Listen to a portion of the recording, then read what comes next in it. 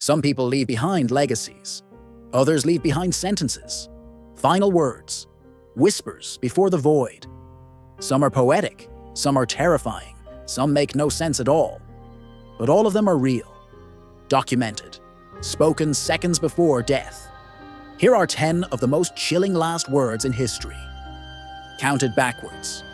Because sometimes, the end begins at 10. I am perplexed. Satan, get out. Aleister Crowley. Aleister Crowley spent his life summoning forces most people fear. He called himself a prophet, a magician, a master of the occult. He wrote rituals, invoked demons, and embraced darkness. But on his deathbed, the bravado cracked. His final words weren't mystical. They were panicked. I am perplexed. Satan, get out! The man who invited shadows into his life tried to banish them at the very end. Too late, too honest, too revealing. The darkness he courted had come to collect, and it didn't knock. I should never have switched from scotch to martinis. Humphrey Bogart. Hollywood's ultimate tough guy, the face of noir, the man who made cynicism look cool. But when the curtain closed, his final line wasn't dramatic. It was regretful. I should never have switched from scotch to martinis. Not about love, not about fame, just about liquor. A toast to irony, and a reminder that even legends die with preferences, and sometimes with punchlines. He didn't whisper wisdom, he whispered taste. I'm going to the bathroom to read. Elvis Presley. The king of rock and roll, adored by millions, surrounded by fame, fortune, and flashing lights. But his final words were shockingly mundane. I'm going to the bathroom to read. He never came out. The book in his hands was the scientific search for the face of Jesus. The irony? He was about to meet him. And the throne he sat on was porcelain. Even icons fall in ordinary ways.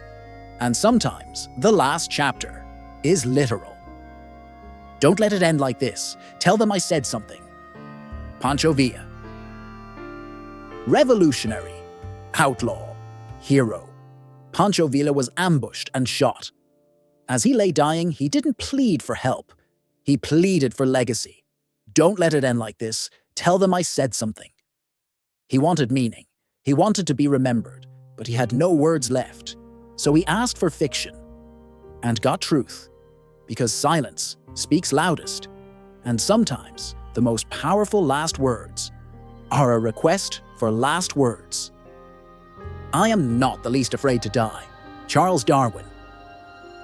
The man who rewrote the story of life, who challenged creation itself, faced death with calm. I am not the least afraid to die. No panic, no doubt, just acceptance. He studied evolution and met extinction. Like a scientist, curious, peaceful, ready. He didn't resist the end. He observed it. I'm bored with it all. Winston Churchill. Statesman, warrior, orator.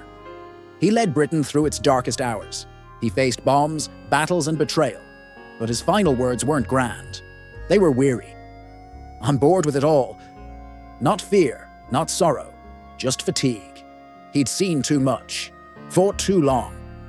And when the curtain fell, he yawned. History's lion went out with a sigh.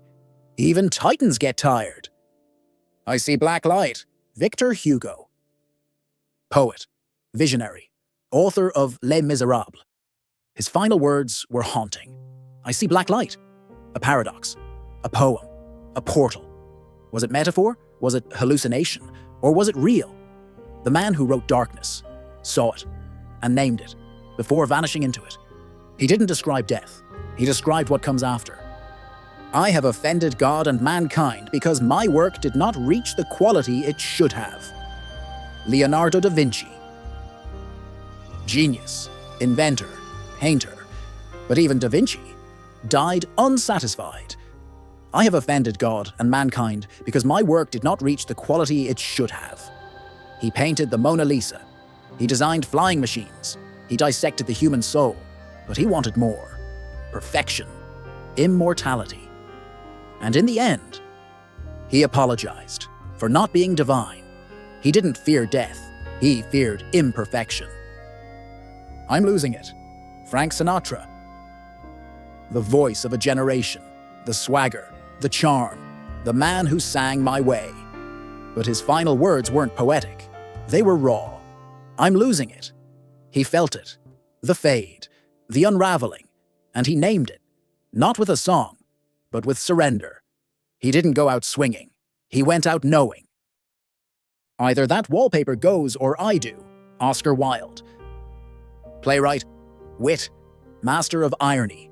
And his final words, either that wallpaper goes or I do. He died. The wallpaper stayed. It was ugly. He was brilliant. And the line, perfect. A punchline at the edge of oblivion. Oscar Wilde didn't just die. He delivered. One last joke.